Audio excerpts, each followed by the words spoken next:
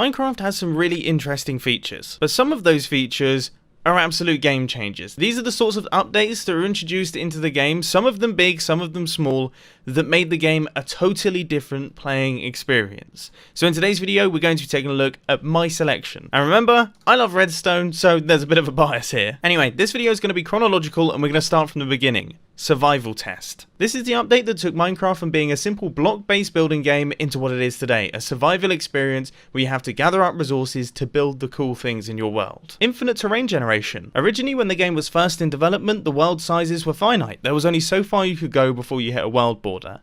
Then in InfDev, that was all changed and the infinite terrain generation was introduced, giving us these endless Minecraft worlds that we have today. Brick pyramids. Originally a lot larger than this. Brick pyramids spawned in with a base of 64 by 64, so they were absolutely enormous, and they were the first naturally generating structure in Minecraft. Now the reason for them was because there was no way to get bricks in Minecraft, so that was intended to give you a good supply. It's so ridiculous. And sadly, they didn't stick around for very long. Anyway, the Nether. Didn't really have too much going on when it was first introduced, but it did give us the opportunity to travel quickly between locations. Because for every block travelled in the Nether, you travel 8 blocks in the overworld. Multiplayer servers. In Minecraft Alpha, the ability to play online was added, so you could play with your friends. Just about. I mean, it was a total buggy mess. It really was horrendous. Biomes were introduced. I know we take for granted the beautiful Minecraft scenery and variety that we have. Originally that wasn't the case. You would generate the world and it would either be a grassy world or it would be a snowy world. And it wouldn't change. Redstone dust and redstone torches. I genuinely had no idea it was introduced so early in Minecraft's development. It was added in Minecraft Alpha. Now there wasn't really too much for it to interact with, so for the most part, people were just creating Boolean logic systems and messing about with latches. The ability to sneak. Another one that was introduced in Minecraft Alpha, and can you imagine playing without it? It would be a horrible, terrible, frustrating experience of just constant falling. Up next, we've got beds. Introduced in Beta 1.2, originally all they did was allow you to pass through the night, which is cool, but nothing too groundbreaking. But then in Beta 1.6, they got the functionality of setting your spawn point, meaning that you could join a world, go on an exploration, find a place to set up camp, and stay there. Game changer. Smooth lighting. This may seem strange to those of you who haven't played Minecraft since the early days, but the original lighting engine was pants. I mean, look at it. It's really not pretty. When they added smooth lighting, it improved the game by about 300%. Bone meal. To some of you, it may seem slightly insignificant, but you have to understand that this was the first steps that were taken towards automation and expediting farming in Minecraft. It's a pretty big deal. The server whitelist. Without this little command right here, I don't think servers like the Hermitcraft server could exist. It's an extremely important one, and it's a really, really small and simple one. Pistons. In Minecraft Beta 1.7, these little things were introduced after the community got very excited about a mod that introduced pistons. Now this was the first time in vanilla Minecraft that redstone components could actually alter the environment around them, and these little guys essentially started up the redstone community because suddenly there was a reason to build up complex circuits. Flint and steel for TNT. Another brilliant change in Beta 1.7, the fact that you needed a flint and steel or redstone power to ignite TNT. You could no longer ignite it through punching, which is great, because before then, you couldn't actually remove TNT. Once it was placed, it was going to explode. Even if you tried to break it, it would ignite and blow up. I am so glad that that is gone. Anyway, Beta 1.8 food system. For anyone who played Minecraft in the early days, you will remember this hotbar for when you were going into dungeons and things. No food stacked, and it was only used to replenish your health. In 1.8, we then got the food bar and a much more intelligent system. Sprinting. Before Beta 1.8, this is the speed that we traveled through our Minecraft worlds. And this is how far we jumped. Not exactly exciting, is it? Villages, strongholds, and mine shafts. These were the first large-scale naturally generating structures that were introduced into Minecraft, and they gave players a really good reason to explore. Huge update. Creative mode. Before it was introduced, you either had to mod or mine to do crazy things. Either way was a bit of a pain in the backside. Creative mode is fantastic. Leaving the betas behind now, we have got the first full release of Minecraft. Enchanting. Can you believe that at one point in time, this was the pinnacle of Minecraft mining speed? This is as fast as we could possibly go. I can't think of anything worse. The Ender Dragon. Very controversial upon release because to certain people in the community, it gave an ending to a game that's charm came from the fact that it didn't have an ending. Front-facing camera. Up until Minecraft 1.0, the official release, this is the only third-person camera that we had. There was none of this action going on.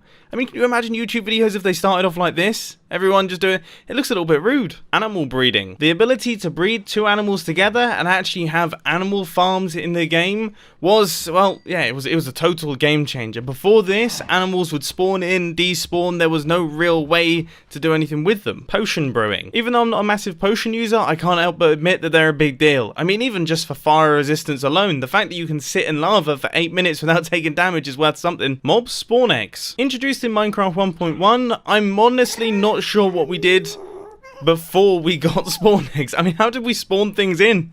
What did we actually do? The super flat world. Another one from 1.1, the testing world was born. A world free of distractions so that you could just do things. With that said, the sandstone version wasn't introduced until Minecraft 1.4.2. The iron golem. And I mean it when I say this, I genuinely don't think Minecraft would be where it is today without this guy right here. You see, technical servers and people building ridiculous things need lots of iron, and these guys are normally the ones that provide it. Villager trading. Introduced in Minecraft 1.3, it was the first time that we'd had anything transactional happening in the game. Some would argue a fairly big departure over previous versions. Ender chests. Out of nowhere, right out of left field, Mojang drops this thing. A way for you to securely store your items, no one else can access them, and you can access them wherever you are in the world as long as you have an ender chest with you. I mean, it's a total game changer. Dispensers doing dispensary things. You see, I'm sure to a lot of you, dispensers doing this sort of stuff, totally reasonable. I mean, that's just what dispensers do. But that hasn't always been the case. In fact, dispensers used to behave like droppers until dispensers became dispensers, and then they had to introduce droppers afterwards because people were like, well, hey, you know, the old dispenser functionality was pretty useful too. What if I just wanted to dispense out a lava bucket without it going everywhere? Staying on the redstone front though, upside down slabs having redstone on top of them. It may seem fairly unexciting now, but at the time this completely revolutionized redstone, making a lot of circuits a lot smaller, faster, and just all round better. Being able to place any redstone component on top of a transparent block. The ability to cheat. Before Minecraft 1.3, this little dialogue down here, it was non-existent. It didn't exist. So for example, if you wanted to set the time, you couldn't. You had to get yourself a bed, you had to sleep in it, and that would allow the time to pass. There was no way to do simple commands in single player. On to Minecraft 1.4 now, and we have beacons. I mean, these have got to be in the top 10, don't they, in terms of Minecraft game changers. I mean, I remember when they were added, and we worked out that you could use Efficiency 5 and Haste 2 to get Instamine, and it was just like the whole community's minds just collectively blew up. The Wither and Wither skeletons. The first Minecraft boss with actually a useful reward for going through the struggle of fighting it. It was also player respawnable, and it gave a motive to nether fortresses, which previously were just things that looked pretty. Anvils. As cool as enchanting was, it was totally luck based. There wasn't really too much skill to it, whereas anvils meant that you had to be strategic. You had to think things through, and it was a huge upgrade. Pick block. How on earth did I survive in Minecraft without this feature? I mean, goodness me. It's probably my most clicked button on my mouse, to be honest with you. The ability to sneak and place things on containers and stuff. I mean, we totally take it for granted now because it seems so simple, but this didn't used to be a thing. It used to be a right ordeal to be able to do that. You used to have to do this, place in some vines, and then you can place your button. A nightmare in survival mode. The command block. I don't actually think I have to say anything on this one. I mean, really. Like, what did map makers do before the command block existed? The game rule command. Another one that I can't imagine living without is this one. I mean, I have a lot of fire in my redstone contraptions. I build them a lot out of wool. Did they just used to catch fire? The O sound. In Minecraft 1.4, it was replaced with this. I mean, probably a little bit more realistic. You likely wouldn't go, oh, if you just jumped off a tree. You would just hear the sound of your knees being utterly destroyed. But still, I do think the old noise was a little bit more charming. The hopper. Moving into one of my favourite updates now, Minecraft 1.5, the redstone update. The hopper was a total game changer. I would argue it's in the top 3 biggest game changers in Minecraft because it was the first time that we were able to pick up items in Minecraft and transport them inside a component. AFK farming was finally possible. Anyway, next up, the redstone block. Equally exciting because it is the first movable power block that we had in Minecraft. Nothing else had come before it. Trap chests. In of themselves, not really that exciting, but when I realised that you could place them next to regular chests and they wouldn't interact with one another, they suddenly became very exciting because I could double the size of my storage systems in the same amount of space. The inventory overhaul. All this smart stuff with being able to hold down the right click button, being able to hold down the left click button, getting everything back into stacks, all of that was introduced in this update. Beforehand, there was a lot of this action going on. God, it's a nightmare. Redstone goes analog. You see, Minecraft 1.5, the redstone update, was a big deal because it was the first time that you had redstone components that could output something other than a 15 signal strength. For example, comparators came along and they gave variable outputs depending on the input. It made things very, very interesting. Without 1.5, technical Minecraft would not be where it is today. Cauldrons. In Minecraft 1.6, the update after the redstone update, there was a small upgrade made to cauldrons. It was very small in the patch notes. In fact, it went fairly unnoticed, but it was a huge deal. Cauldrons were able to give comparator outputs, and cauldrons are movable by pistons, which means that we have got a block that isn't a power block, but can give out power that is movable. Big deal. Changed a lot of stuff. Name tags. When they were introduced, I wasn't really that excited by them until I realized that if you rename something in your world, it will then never despawn. That means that players can store up mobs that will stay there forever, or even if you catch a rare mob, you can rename it and know that it's safe and will never disappear. Packed ice. I mean, sure, before it was introduced, we had regular ice and we could use that for ice water streams to transport items quickly, but there was one big problem. Ice melts. Packed ice doesn't. Upgrades to fishing. Fishing in Minecraft is fairly unexciting. I think Mojang knew this and tried to improve it in Minecraft 1.7 by adding rare things that you could catch, but instead accidentally created AFK fish farms, which have totally changed the game because you can get all the best enchanted books in one night. Slime blocks. When slime blocks were first added, they were cool, they were interesting, you could bounce entities around, but they weren't exactly game changing. Then the functionality to stick them together was introduced, and suddenly we had movable structures. That was a big deal. I tell you what else is a big deal.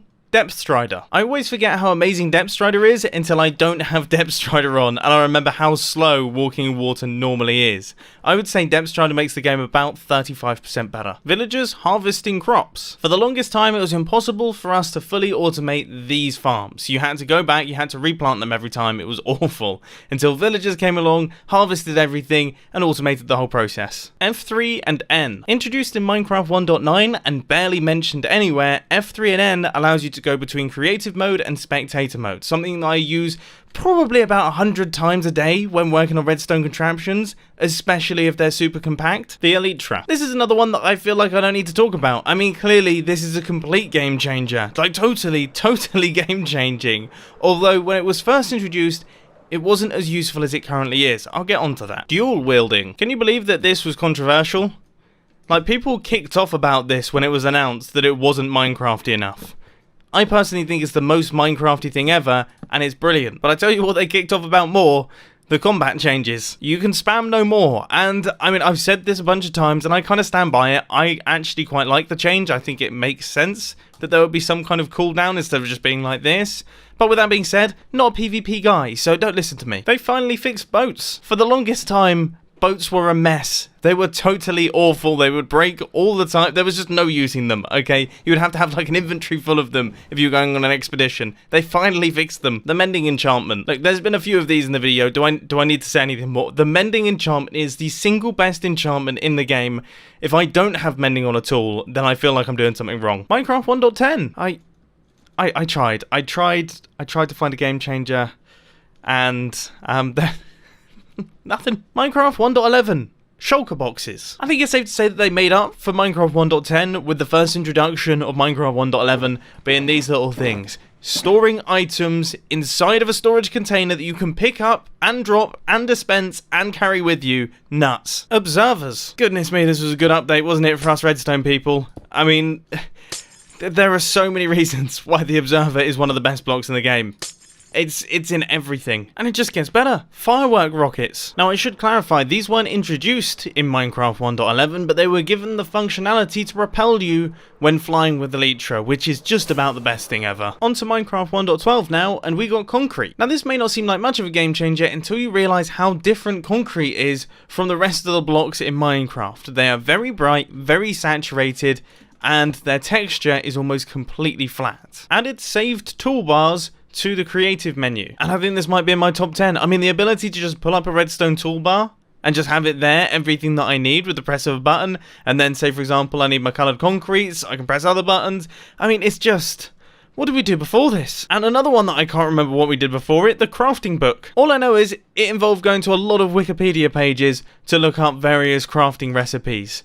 This is just, it's so much better, especially for people who are just starting out. Bubble elevators. This is the first Mojang supported item elevator in Minecraft. Before this came along, all of the previous ones relied on bugs and strange behaviour with items getting stuck inside of blocks and things, so it was a very welcome addition. The waterlogging of blocks. Not only does it make certain redstone contraptions and farms smaller because you don't have to have a block underneath water sources, but also it makes building things underwater actually look cool. In the past they really didn't. Complete villager trading overhaul. Minecraft 1.14 completely changed the way that villages and villagers work, and after adjusting to it, I really like it. There's so much to think about, there's lots of depth to it, there's all sorts of different variables that you have to concern yourself with, and it leads to a really interesting gameplay experience. Redstone can be placed on glass. Okay, so calling it a game changer might be a little bit far, but good grief does it look cool. Raids. This is the first time that we've seen a horde-based challenge in Minecraft with levels and incrementing difficulty. Not necessarily a game changer in itself, but I imagine we're going to see more of this in the future. Crawling. I mean, come on now, how cool is this? Being able to crawl under things is a feature in Minecraft that I never thought I needed until they introduced it, and now I absolutely love it. The ability to dry sponges. As you may or may not know, I'm not the biggest fan of sponges. I just find it frustrating that you have to dry them out in a furnace. Well, they fixed that in Minecraft 1.15. In the first snapshot, you can now dry sponges in the nether. Mega. Huh. That's weird, we're on 74. I listed 75. I must have forgotten one. Oh, I think I might have forgotten one of the most important ones. Right, give me a second. I can't believe I forgot this. This is a really important one. Bats! How could I have forgotten bats? They're one of the biggest game changers in Minecraft. I mean, they make noise, they fly around, there's no way to get rid of them easily. They're really loud. There's no way to stop them spawning. They're great! Oh, fantastic! So there we go, ladies and gentlemen. I really do hope that you enjoyed this video of me talking through some of my favourite game-changing updates in Minecraft. Let me know down in the comment section if there's any game changers you personally think I should have featured. I'm sure you would have done that already. But anyway, hope you enjoyed, and I'll catch you in the next video. See ya! Well, I gotta say, this is gonna be a fun one to edit. I mean, it was a very fun one to record. It was a fun concept to play with. I've really enjoyed writing out the ideas. My notebook is filled with game changers, with crosses through them, stars next to them, everything like that. It was cool. Editing, maybe not so cool. 160 clips, oh.